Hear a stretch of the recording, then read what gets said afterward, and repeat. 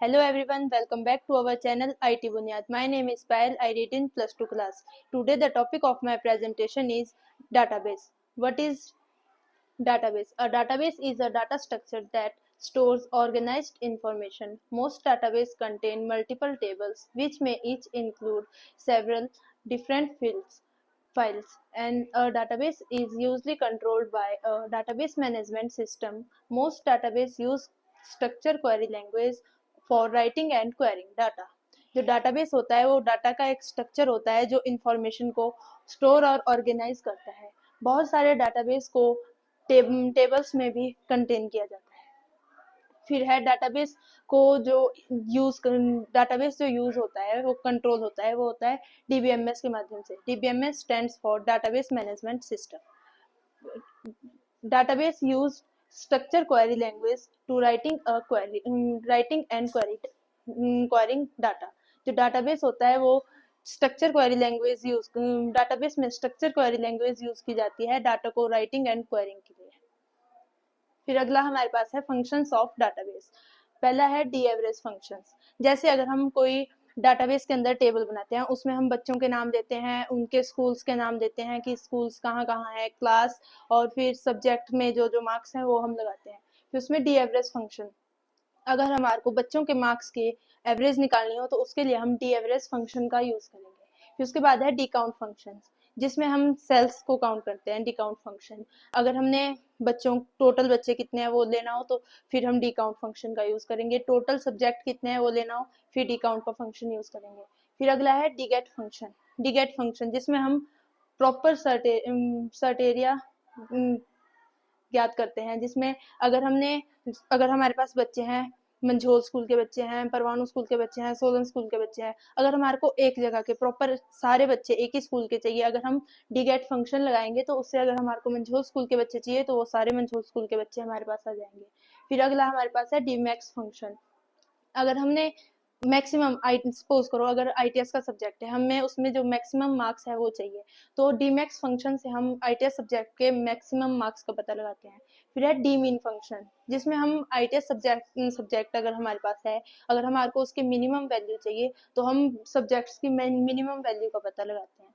फिर है D product function, जिसमें हम मल्टीपल्स वैल्यू का पता लगाते हैं. फिर है डी सम फंक्शन, जिसमें हम सब चीज़ों को सम करते हैं. जैसे अगर हमने देखना हो कि एक बच्चे के पूरे सब्जेक्ट में सारे सब्जेक्ट्स में मिला के कितने मार्क्स आए हैं वो देखते हैं. फिर अगला हमारे पास है difference between database system and file system. Database system और फाइल सिस्टम में क्या डिफरेंस है? Database, the data and program are independent of each other. जो डाटाबेस होता है वो डाटाबेस में डाटा और प्रोग्राम इंडिपेंडेंट होते हैं. फाइल सिस्टम में जो डाटा और प्रोग्राम होते हैं वो इंटरडिपेंडेंट होते हैं. फिर अगला हमारे पास है data structure controlled data duplication. जो डाटाबेस में जो डाटाबेस होता है वो डाटा की डुप्लीकेशन को कंट्रोल करता है. फाइल सिस्टम में जो डाटा डुप्लीकेशन है वो कम कंट्रोल की जाती है. उसके बाद है database. In database data is easily shared because data is stored at one place. जो डाटाबेस होता है उसमें डाटा आसानी से शेयर किया जाता है क्योंकि जो डाटा होता है वो एक ही जगह स्टोर होता है. और जो फाइल सिस्टम है, the data cannot be shared because data is distributed in different files. जो डाटाबेस होता है, जो फाइल सिस्टम होता है उसमें डाटाबेस आसानी से शेयर नहीं किया जाता क्योंकि वो अलग अलग फाइल में डिस्ट्रीब्यूट होता है. फिर it provides many method to maintain data security. In जो डाटाबेस होता है वो बहुत सारी मेथड प्रोवाइड करता है, सिक्योरिटी प्रोवाइड करता है डाटा को मेंटेन करने के लिए डीबीएमएस के अंदर, डाटाबेस के अंदर. और जो फाइल सिस्टम है हमारे पास वो बहुत ही कम प्रोवाइड करता है फैसिलिटी डाटा को मेंटेन करने के लिए.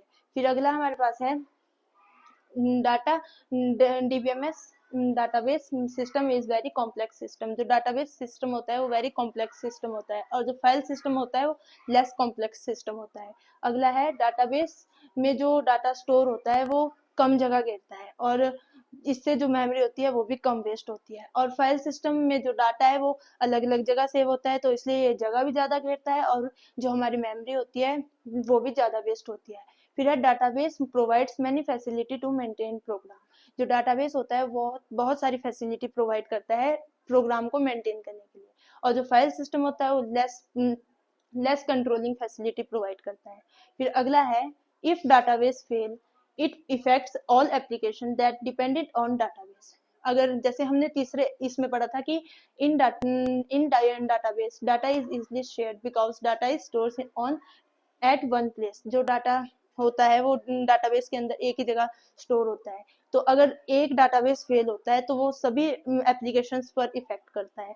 और हमने फाइल सिस्टम में पढ़ा था कि ये अलग अलग फाइल्स में डिस्ट्रीब्यूट होते हैं, इसीलिए अगर इसमें एक एप्लीकेशन फेल हो जाती है तो जो और एप्लीकेशन है अलग जगह है तो इसमें कोई इफेक्ट्स नहीं पड़ता। ये इसका डिसएडवांटेज है। फिर हमारा अगले पास है आगे है backup and recovery process is available. Database के अंदर बैकअप और रिकवरी प्रोसेस अवेलेबल होता है, और जो फाइल सिस्टम है उसमें no backup and recovery process. File system के अंदर ना तो बैकअप होता है ना ही रिकवरी प्रोसेस होता है। Thank you.